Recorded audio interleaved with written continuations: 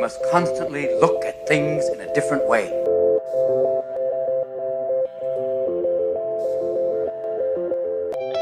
The Healthcare Education Transformation Podcast was created by two physical therapists out of the desire to learn more about the different educational roles in physical therapy and healthcare, and how healthcare education works by talking with educational leaders and people with different perspectives within physical therapy and across interdisciplinary lines on how education can be improved to disrupt the status quo of healthcare education.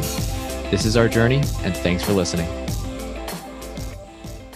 Are you a third-year physical therapy student that excels on tests when you have study guides, checklists, and deadlines? With all of the information available about how to prepare for the NPTE, it's easy to get disorganized and not feel prepared going into the big day. NPTE Prep Success is an online course that provides PT students easy-to-use study guides and step-by-step guidance through the NPTE preparation. To learn more, visit kylericeprep.com. Thank you again all for your continued support, and now for the show. Hello, everybody, and welcome to another episode of the Healthcare Education Transformation Podcast. My name is Brandon Pollen, and I am joined by my fellow co-host, Stephanie Wyruck. And unfortunately, F. Scott Field was unable to join us today as he had other commitments that he had to attend to. But today, I am super pumped to welcome a very, very special guest to the show today. Actually, I'll give a little disclaimer. This is the individual who actually pushed me to become a physical therapist. So without further ado, I'm very happy to welcome Dr. Jojo Sayson, who is a fellowship-trained physical therapist from the Ola Grimsby Institute, who serves as a consultant and co-investigator, along with Dr. Alan Hargens, for the National Aeronautics and Space Administration Human Research Program at the University of California, San Diego, with a NASA grant to examine the risks of spaceflight on spinal deconditioning in crew members of the International Space Station. He is also the president and CEO of Jojo Sayson's Physical Therapy and Rehabilitation in Bourbonnais, Illinois, which is actually my hometown. And I actually had the incredible honor to shadow Dr. Sayson in his clinic when I was a pre-PT student many years ago. He is also the president and founder of Project Michelangelo, which is an independent and private organization established in 2011, which serves as an educational endowment for needy but deserving children and young adults, along with providing assistance to children with cancer and life-threatening diseases, and by also helping to grant wishes for terminally ill children and their partners with rescue organizations in times of calamities and disasters and much more. Wow, I mean, Jojo, thank you for your tremendous service and dedication to others and to this profession, as I really look up to you as a role model. And like I said earlier, you're actually the person who inspired me to become a therapist. So I must say my deepest thanks for that. For our listeners, perhaps, who don't know a little bit about you or don't know your story, would you mind just giving our listeners some context of how you became a therapist? Oh, very well. Thank you so much for that very kind and appreciative introduction, Brandon. Well, I'd like to, first of all, greet everybody out there in podcast land. I believe most of you are physical therapists, DPTs, maybe some physicians and educators, and those who may just want to learn what physical therapy is all about. Just call me Jojo. It's easier. All the kids know me as Jojo. I'll tell you more about what I do. I'm a physical therapist by trade. I graduated in 1984, so I've been a physical therapist for about 34 years now. Just a quick brief run through how I became a physical therapist. I came from the Philippines, and when I became accepted to college in the University of Santo Tomas, the Royal Pontifical University of Santo Tomas in the Philippines, I wanted to study a Bachelor of Science that will become a pre-med course for me because I wanted to be a surgeon. So that was my main goal. Everybody wanted Jojo to be a surgeon. Well, I took physical therapy because during that time I was kind of relatively unknown, and I have a passion for the mechanics of the human body, so I thought it would be a great start for a Bachelor of Science. Everything was set. I finished it in 4 years, 1984. I was accepted in medical school in the Philippines. It's one of the top universities in the Philippines. But I had an epiphany, Brandon. There was one time that I was working as an intern and watching this paraplegic trying to do some physiologic loading. And if people don't know what physiologic loading is even though the lower extremities are paralyzed, at least some kind of mechanical loading needed so the bones don't atrophy as much. So he was placed in these old planks, wooden planks behind his lower extremities. It was wrapped by dirty bandages just to stiffen it up. And on the parallel bars, I saw him get up and just struggle. He struggled so much, and I just observed the man. And then I started thinking, would I like to be the physician writing the order for physical therapy and then sending the person away? Or would I want to be the person directly involved in helping that person and helping that man? Well, the answer was, well, I think I'd rather be the person working with that gentleman. So that was my epiphany. And I thought that, well, if I'm not going to be a surgeon, because I'm going to be a physical therapist, I'm going to go to the United States because there was an opening then. And I want to become the best or one of the best in the world at physical therapy. So now my paradigm shifted. So generally, it was more of an epiphany sometime that it's not about the prestige of being called a surgeon or how much money you're going to make, but suddenly it became a vocation. And that started it all, Brandon. Wow. I mean, it's really inspiring to hear that. I mean, especially hearing that journey of how you saw that individual and how it totally changed your mind on what you wanted to do. And especially with really focusing on a career that really made an impact and really providing service to others. As I think there's many therapists that are listening that can definitely relate to maybe not that exact story, but a similar calling to serve other people. And again, to really find purpose and help others have purpose too. So I really find that really inspiring. Now, I know that the topic of discussion, of course, is focusing on space and, of course, a lot of avenues regarding aeronautics. But, for those healthcare providers who are listening, who are perhaps not aware, what do we know about the effects of spaceflight on the human body to kind of give some overall context before we dive into the research? Before I got involved with the space program, you need some form of higher education of some sort so that you can be more qualified to talk to these people.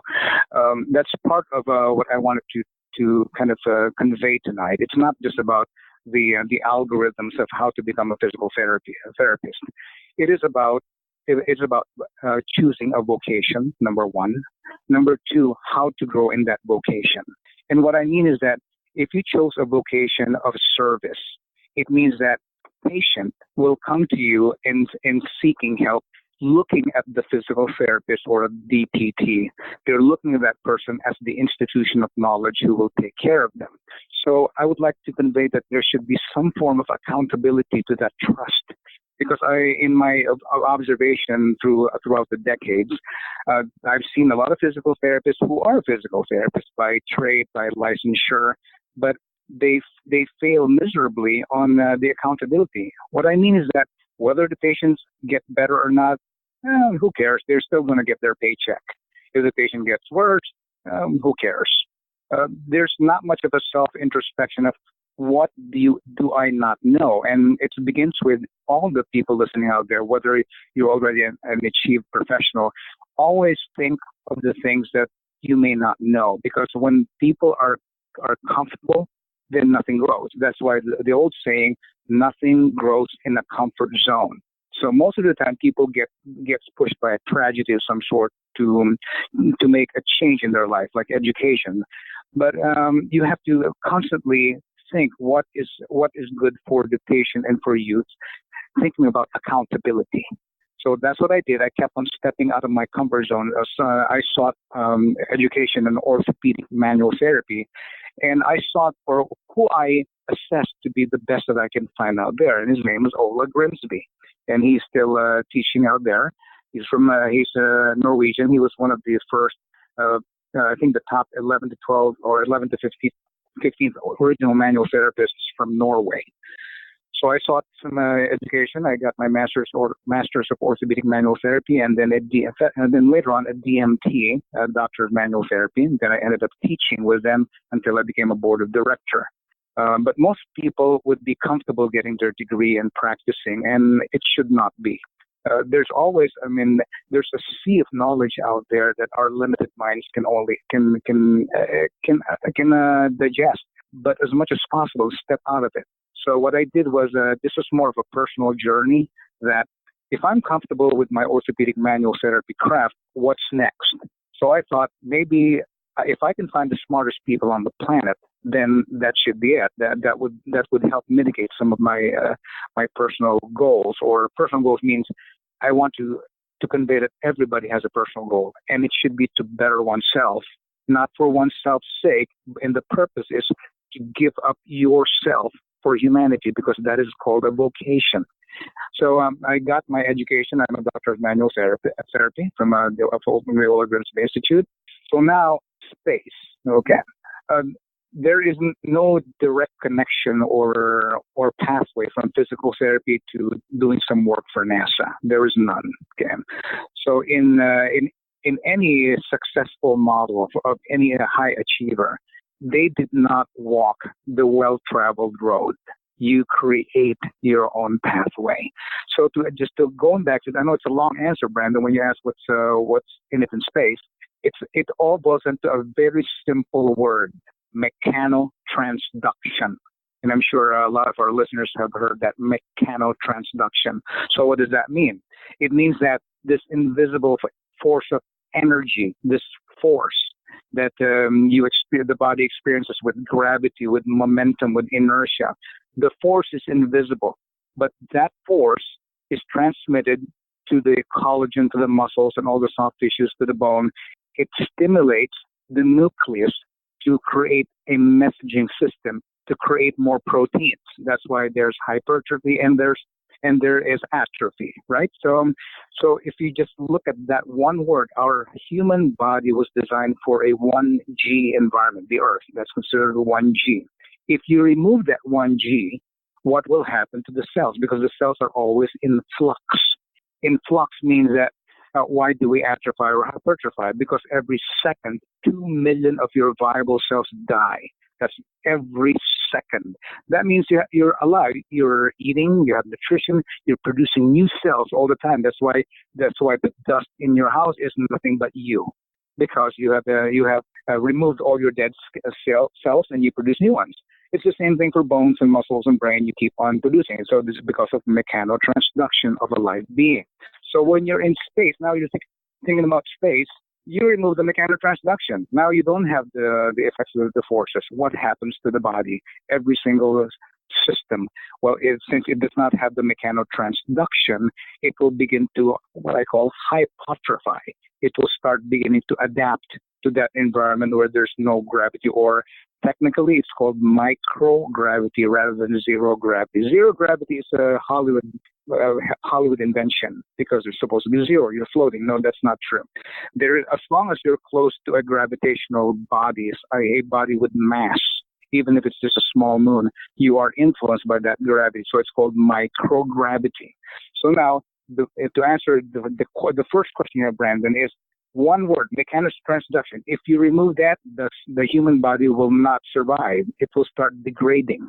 So so it's basically, space is like an analog to being comatose or bed rest or bedridden. So it's like an analog. It's an analog for aging. So that's a long cut to answering your first question, Brandon. I hope that kind of makes sense. No, it absolutely does. And I think that really drives the point home that the importance of mechanotransduction for just what all of our body processes is so critical. And of course, obviously you were kind of doing some research on some of these things too, specifically kind of more with low back pain. So I realized that you published quite a few studies, with the first research study published in 2008 named Pathophysiology of Low Back Pain During Exposure to Microgravity, which I actually still have the original copy that you gave me back when I was in the clinic. I still have that. Oh, thank you.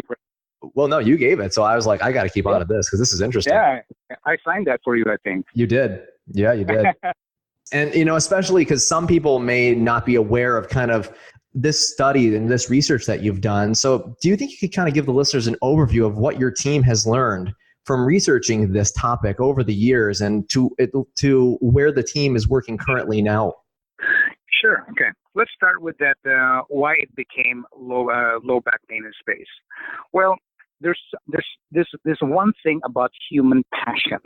If you are passionate enough to what you want in life, things just fall into it. It's called resonance, and we can always liken it, because we really can't explain why things happen as it is.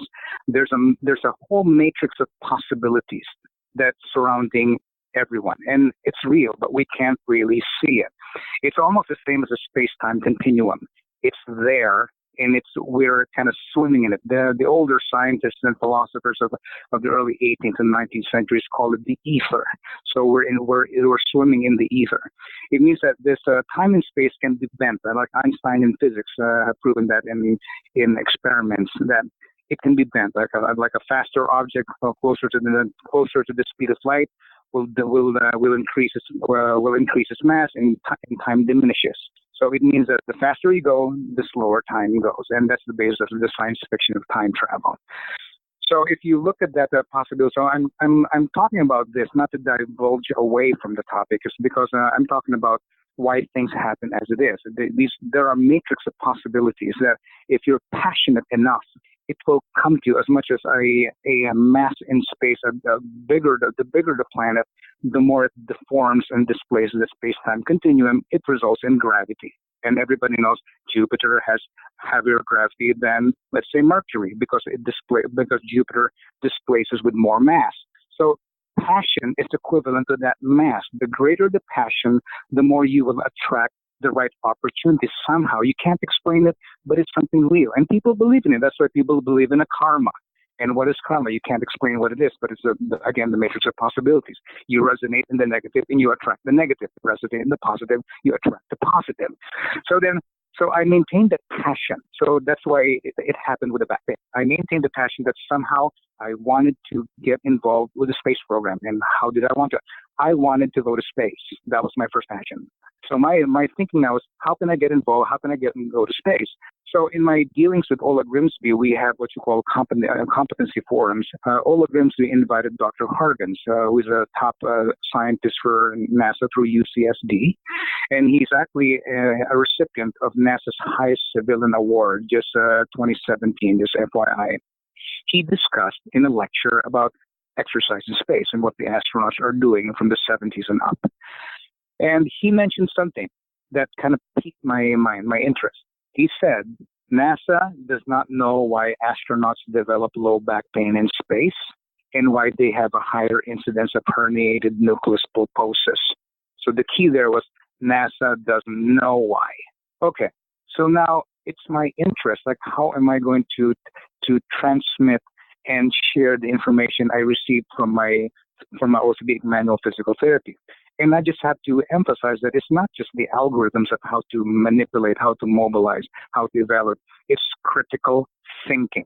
I developed that critical thinking along the way, and I know that you've experienced that critical thinking in my evaluations when you were a student of mine, Brandon. So that form of critical thinking is applicable to your daily life. So I was thinking, how can I apply all the knowledge I've learned through histology, physiology, biomechanics, how that applies to back pain in space? So I was thinking mechanotransduction. So now, how do I translate that to NASA?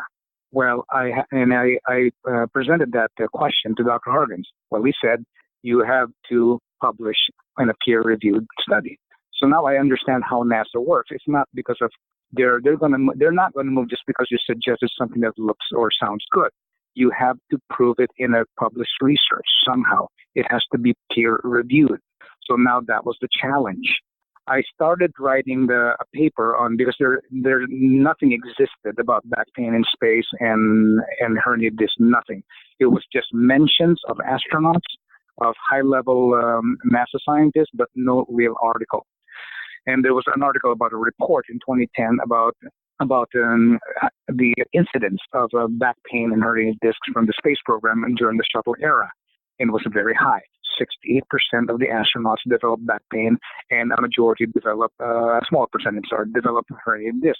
I interviewed one astronaut at one time during astronaut Robert Springer, because he had developed back pain during his space shuttle flights. I met him when I did a microgravity parabolic flight in 2006. So I started interviewing him, and he said that he had back pain. He told NASA, but NASA couldn't give him an answer. So that gave me more motivation to, hey, I'm going to solve this, because I'm not going to solve this for myself. I'm going to solve this for the physical therapy profession, because we're really not involved. So one good thing about that is that, I started searching for the answers with the guidance of this important figure in my life, from Dr. Ola Grimsby to now Dr. Alan Hargens. He is a current professor in orthopedics at the UCSD. In fact, 2 of his students had become astronauts, FYI, and that's how good this man is. So he guided me, and I worked my buttocks off, and it took me 8 years to write that review articles.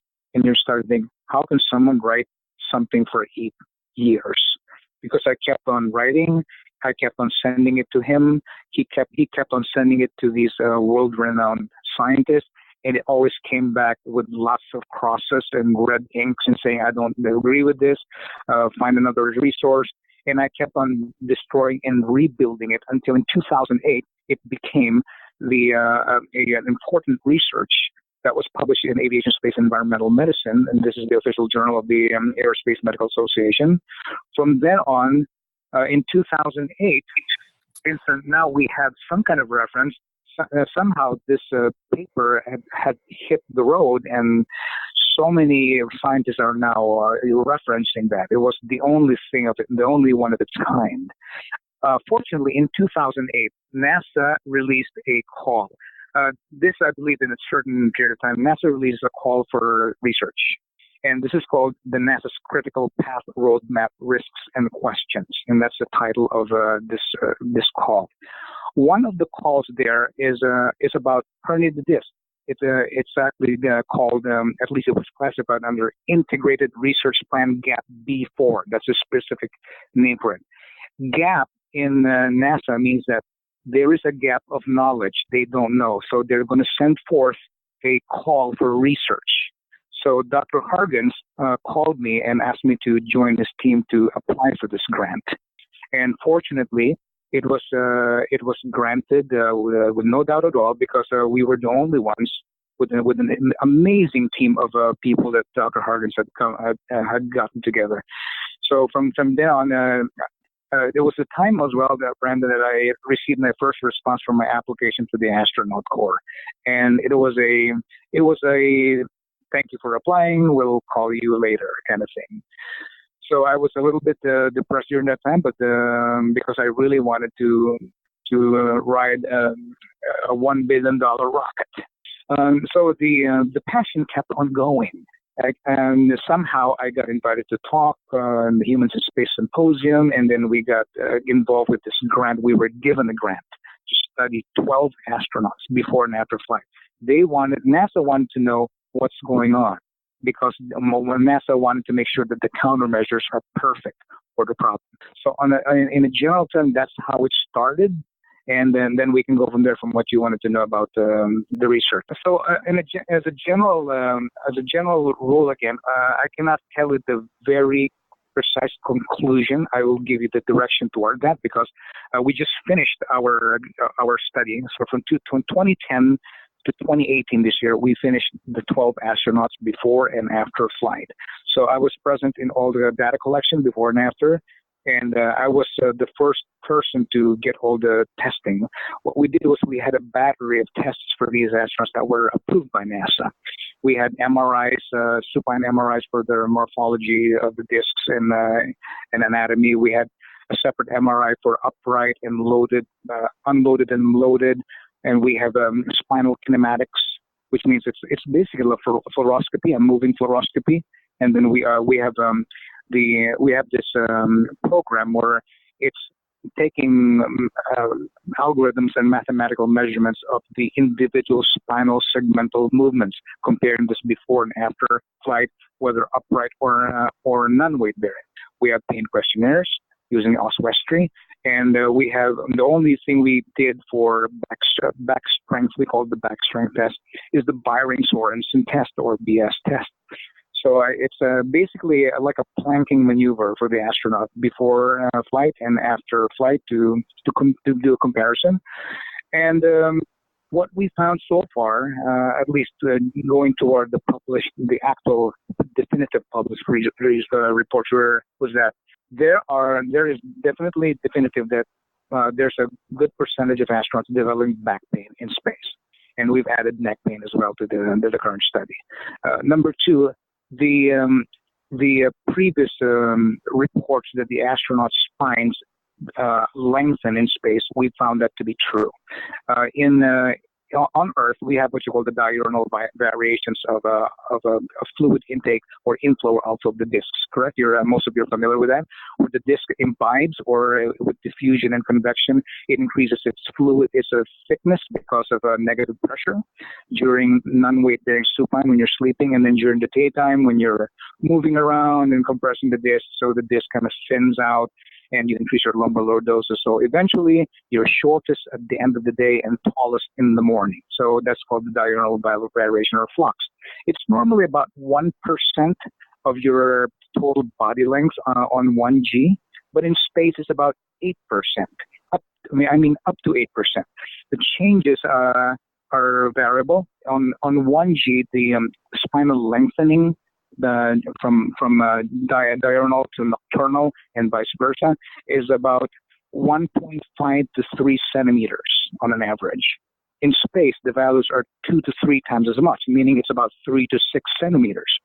One of our co-investigators, a member of our team, Scott Parazinski, and by the way, Scott Parazinski was awarded in 2017 as a Hall of Famer for the astronaut corps. He was the first astronaut to summit Mount Everest back in the early 2000s. He reported as part of our team that he grew about 8% of body weight.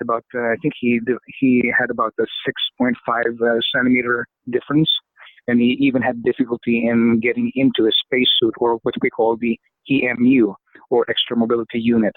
So we can fully confirm that there is a change, but now we're thinking, where's the change coming from? Because we can't just speculate. Now we need to have proof. NASA gave us a grant to find definitive measures. So we did find that the discs do change, but we could not find so far a good statistical value that it is the main factor, whereas we speculated before it was the main factor.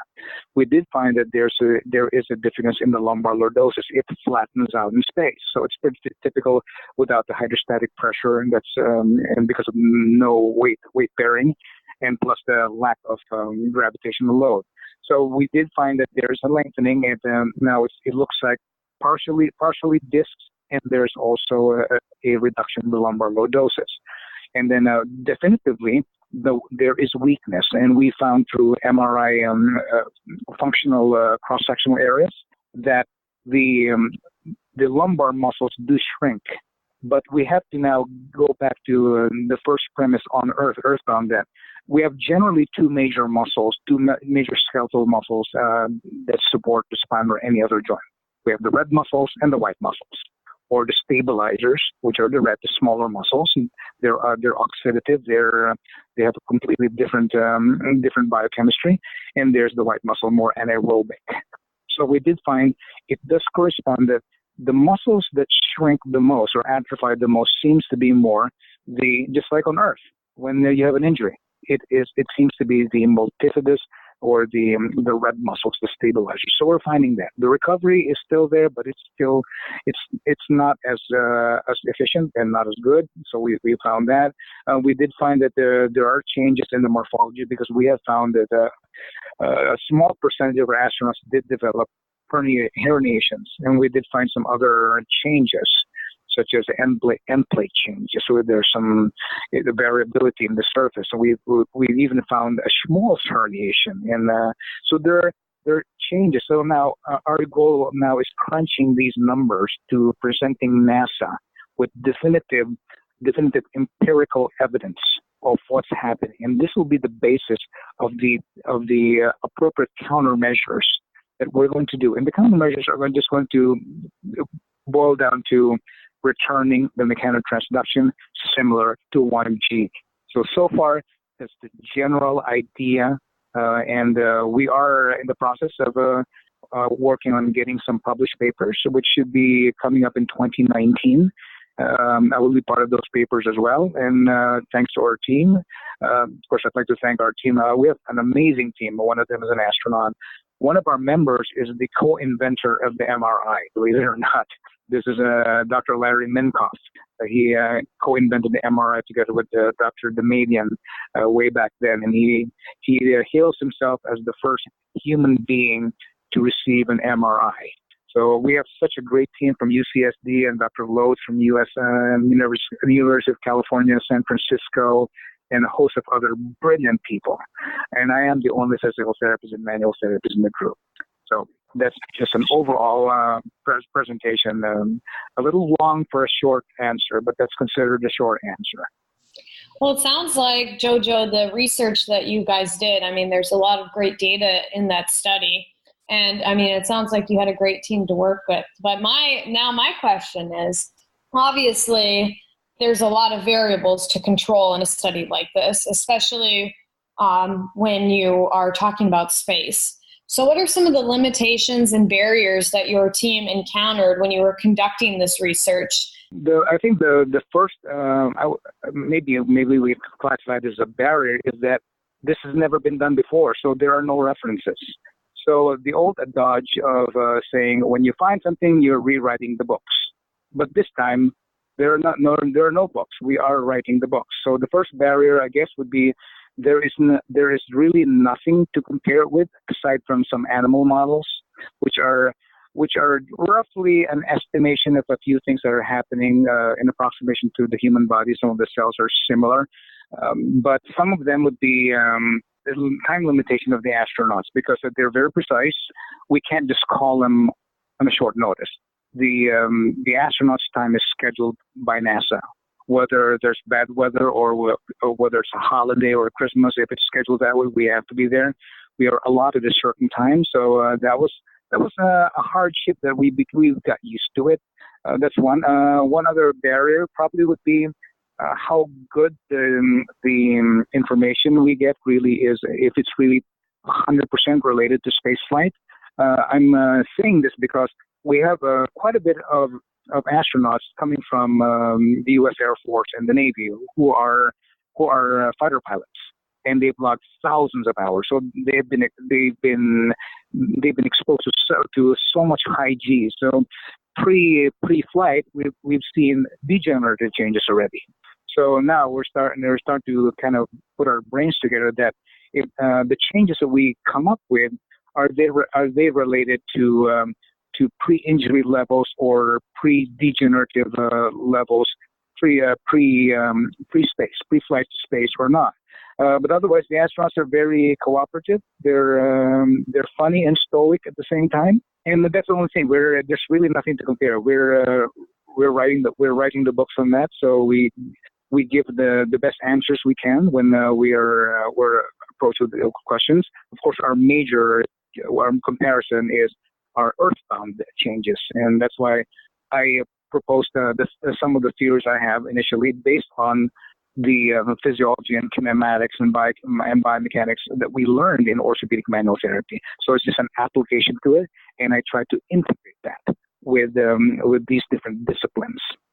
I think that's really interesting, Jojo. And I know that earlier you had kind of mentioned adding neck pain to the mix into the research in that as well. But, is there any other research regarding any other musculoskeletal conditions during space flight other than what you guys are doing?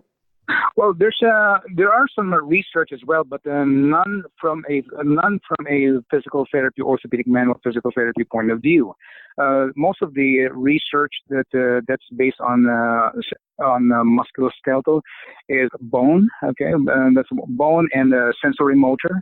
But with regard to the exercises, there is none. So we're the first team that is proposing this, and the proposals for countermeasures are actually based on a principle that's called scientific therapeutic exercise progressions that are Norwegian-based initially and known initially as medical exercise therapy. And that's the best that I can find, at least logically, that addresses the aerobic capacity of the muscles that are atrophied.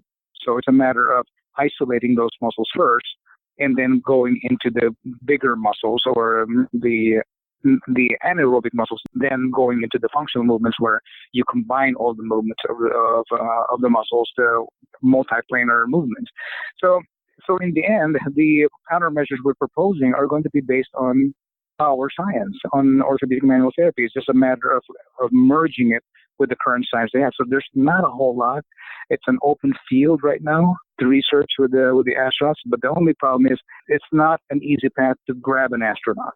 It requires so many stages, and I have to take an ethics examination from Miller University. He's online in Florida.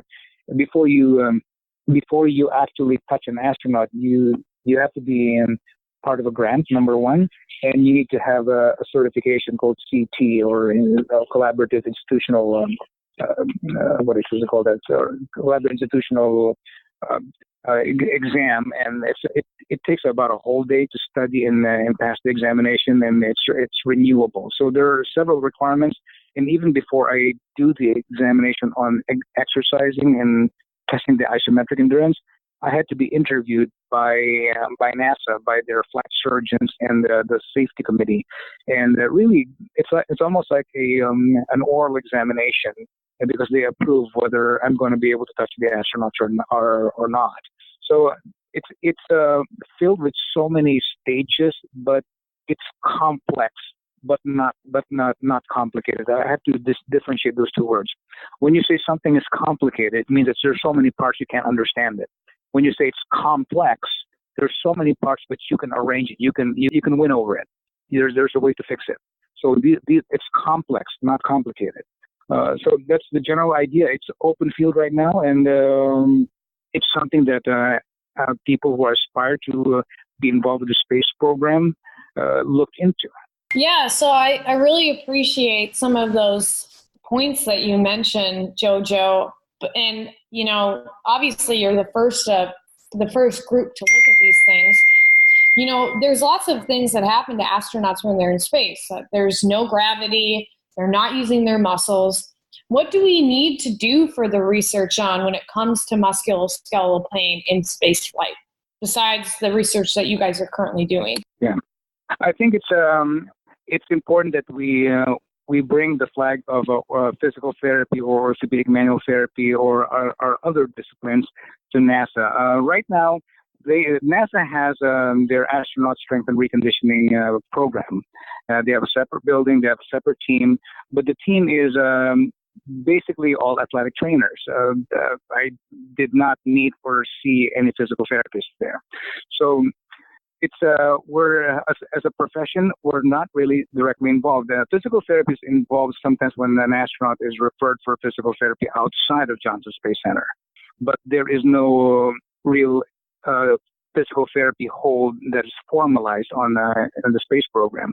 So I believe that what we can do is that we have to somehow look into the research of what's going on out there. So individually, you need to find research of your interest, whether it's vestibular or whether it's ocular, or if it's because there are changes in the eyes as well, in the eyeballs, whether it's other systemic factors like blood pressure, fluid shifts, or musculoskeletal. Look into that.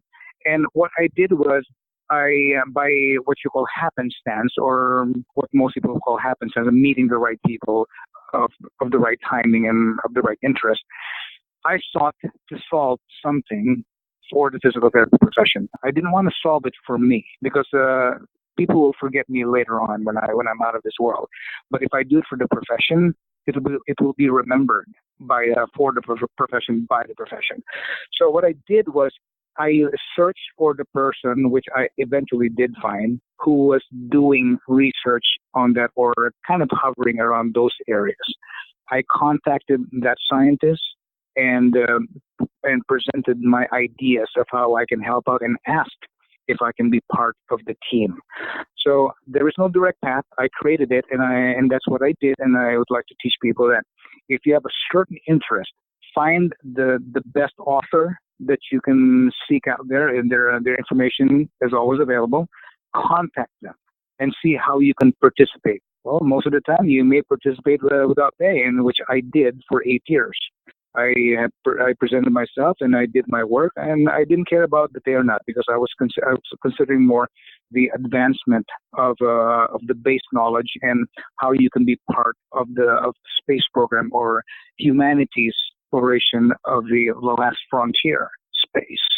So I guess most of the time people are influenced by or inspired by science fiction, believe it or not. Well, of course. I mean, we couldn't go on the show without mentioning at least one Star Wars reference here. Because we love, Yeah. I mean, we love Star Wars. I mean, obviously I'm big bias, but what are some of the other pros and even some cons that you haven't mentioned already about being a consultant and researcher for NASA? Well, I think the pros are more than the cons. I could not even recall a con, something that's negative. It's all positive. Because for one thing, I was able to represent our profession, even though I was not officially appointed by the profession. I just did it as my own initiative. So there's a lot of pros personally, because there's a lot of personal growth. So suddenly you're learning new things. It's a completely different perspective, and you can only learn it if you're in that mindset with NASA. It means that everything has to be precise. Everything has to be well referenced. There is less room for speculation, more on to what's more logical and referenced again. There is a lot of invitation for talks. A lot of invitation means that you get more exposure to not just about the self, it's about exposure to other minds that you can meet, because every single contact, every single opportunity is another way that you can step out of your comfort zone to know more. So the cons are a lot more. And in the business side, yes, it is, because somehow people get to know about you. They got to know more about what I do, because I talk about NASA, and then they realize I'm also a physical therapist. So suddenly there was this human interest of, I'd like to have him as my physical therapist. So you get the invitations for academic reasons, from talks to writing papers. It's pretty high. The opportunity to empower the next generation students, physical therapists, doctors, whoever they are, it's very high. The long-lasting friendship that you can develop with scientists and astronauts, that's the most amazing thing. To the point it almost brings me to tears. I'll just give you a quick example. I was inspired in the space program in 1969, July 1969, and that was Apollo 11. I was actually alive then and watched Neil Armstrong and Buzz Aldrin walk on the moon, while Michael Collins was orbiting the moon. Well, eventually I got to meet Buzz Aldrin, but because Neil Armstrong had passed away already, I was able to meet Buzz Aldrin, and it inspired me. And plus, of course, Star Wars and Star Trek. I got all of that. We need some form of inspiration. It's not just wanting to do something, but everything stems from childhood. That's why it's important that you have to empower the young ones. And if a young one could be empowered and inspired by you as a person, then they would want to become like you. But the best reward is that when the student becomes greater than the teacher, that's the best reward. Stephanie, I can't think of any con, really. Yeah, as a kid, Jojo, I always had this big dream of becoming an astronaut. I mean, what kid doesn't want to be an astronaut? It's such a cool thing to be able. I mean, I can't imagine what it was like to be able to see, Buzz Aldrin go to the moon, and then now you're working for NASA. So this is probably the most important question, I would think. How is one able to go into space, even as far away as the International Space Station? How am I going to become an astronaut, Jojo? Well, there's a couple of things. But first, there has to be some changes in NASA, because NASA has categories of what are the qualifications to become an astronaut. Stephanie, I had 3 applications since 2000. 3 applications to the astronaut corps, and I never got a call for an interview, but I got a call to be part of the program somehow. Well, the first is that you have to have graduated with at least a Bachelor of Science in the physical sciences. So we have engineering, chemistry, geology, and but there's nothing in physical therapy. None. It's not included. You can be a physician, but not a nurse. So I think the categories are a little antiquated, and I brought that up to one of the division heads of NASA when I was able to talk to the person at one time, and this person said that that's how it is, and have never really been revised. So now we have something against us as physical therapists. Physical therapy is not one of the qualifications. So even if I'm qualified to do more things, I could not go. I mean, the NASA robot and the internet will kick you out immediately. Second, you need to have graduated from a state university, and that cancels me out because I graduated foreign. In the Philippines, the University of Santo Tomas, and I graduated my doctoral through the Ola Grimsby Institute. So it's not a state university. But all in all, this is what I'm going to tell you, Stephanie. NASA may own the astronaut corps, but they do not own space. Now there are private ventures. There are ways that you can look into what is needed there that you can apply for to become their astronaut. Because the definition of an astronaut is someone who can fly beyond 50 miles, 50 miles altitude. If you can achieve that, you are technically called an astronaut. So there are different ways. There's no easy way. I'm not saying it's impossible. I'm just saying that there is no direct route to it. I am 55 years old. I still have dreams to go into space, but it looks like it may not be NASA. I'm going to find a way somehow. I'm going to find a way, even if it's just close to space at a high altitude. I would take it. But I have my thinking cap on how I can do it. So I'm still on a rampage to get there. So I would say keep the dream alive, keep the passion alive, because by virtue of your intensity of passion, you will gravitate the right opportunities. Keep it up, Stephanie. Well, I definitely don't doubt that someday you'll get to space. I mean, you've already done all these amazing things. And actually, I have met an astronaut in real life. I was at a conference when I was an undergrad. It was a conference that I was presenting some breast cancer research at, and the keynote was an astronaut. And he was a physician, a surgeon, and I think he actually invented the PET scan too. So, I mean, he's like a Nobel Prize winning scientist, plus a physician, plus an astronaut. Like, wow, mind blown. Wow. Do you remember his name? No, I can't remember his name, but I totally remembered how impressive he was. And he talked a lot about minorities in science. So it was a good talk. Yeah, that's what these astronauts are so inspirational, because the astronauts are living proof that our brain, we have the exact same shape capacity as any other human on the planet, but you can utilize the brain. And you can potentiate it to the maximum. And it's just that most people don't believe enough of themselves and what they can do. That's the problem. We don't believe enough. And I'm also a motivational speaker, Stephanie. So I teach people by the neuroscience, and I put a little philosophy, a little bit of scripture in it. And to get people to maximize. You can maximize dendritic formation just by pure passion. You can do it, and the growth of dendrites are actually observable in real time, really observable. And we all believe that we only use about 10% or less of our brain in our lifetime. And isn't that pathetic? You can't use more. But the only thing that stops us is our belief system. We believe that's it. Yeah, I mean, that's totally true. I think that the biggest limitation we have in ourselves and our fear of failure. I think that a lot of people don't try to go for, the things that they really want because it's hard and the chances of failure can be very high. You talked a lot about some of the changes you'd like to see with NASA as far as accepting people to become astronauts. We're a healthcare education podcast. I'm really interested in potentially what you see are some of the top problems with the current physical therapy education model and potentially some solutions to these.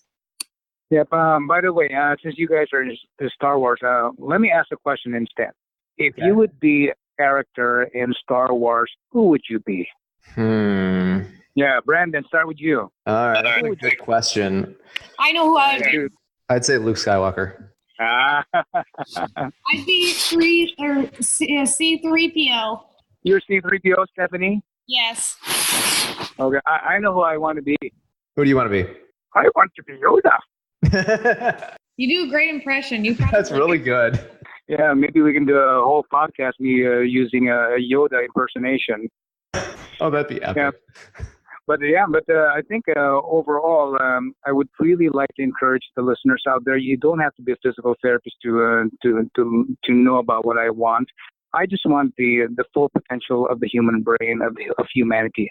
Humanity has so much capacity for goodness, and most of the time, majority of the people are wasting it in irrelevant matters like battling politics and these ideations. Like, it's not really helping humanity. It's devolving humanity in fighting. Same thing with in any kind of profession. There's always some kind of infighting. There's always the politics of things. If we can just remove that and have a common vision that we are all working together to be accountable to our patients, that we are in here as a vocation, not to establish our own little schools and our flags, and we're fighting each other, fighting who's better than who. If we put ourselves in that mindset, we can do so many great things. So I can see, like, you guys are like the rebellion. We are the rebels. We are the Star Wars rebels. We're trying to make a difference. But a difference in a point that it's unifying people, not dividing people together. And I think it starts with not from an external source, but from the internal, individually. If the new generation professionals are made emphasize that it's about accountability to their profession, it's about the vocation, it's about searching the truth. It means that if something is presented to you, even to the fact that somebody tells you you're wrong, you need to find the researches or reasons why you could be wrong. Because if you are wrong and you realize it, then you can become better.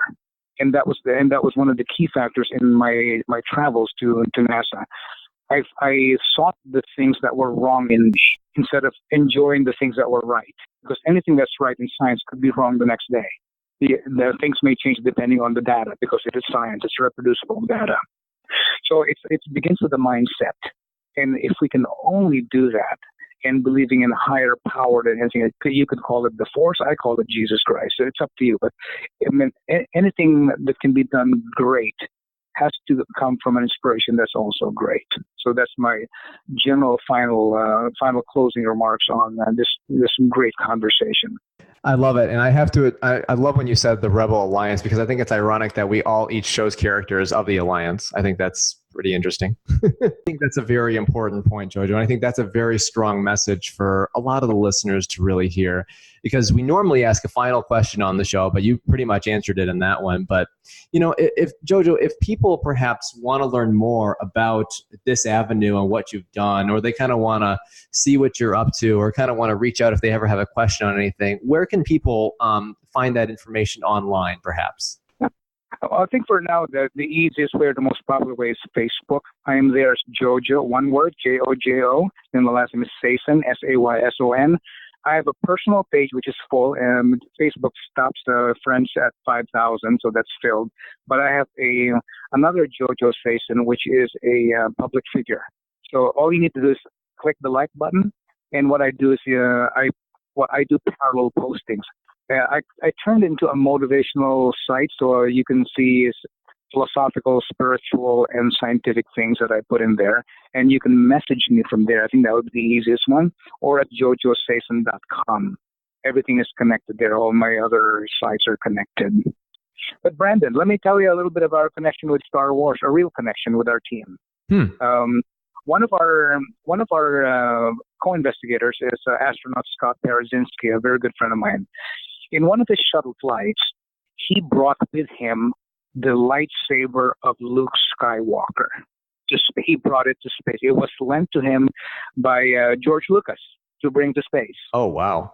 Then when he returned back, he had to personally return it to George Lucas, and with his son. So his son was the one who presented it to George Lucas, and Scott's son's name is Luke.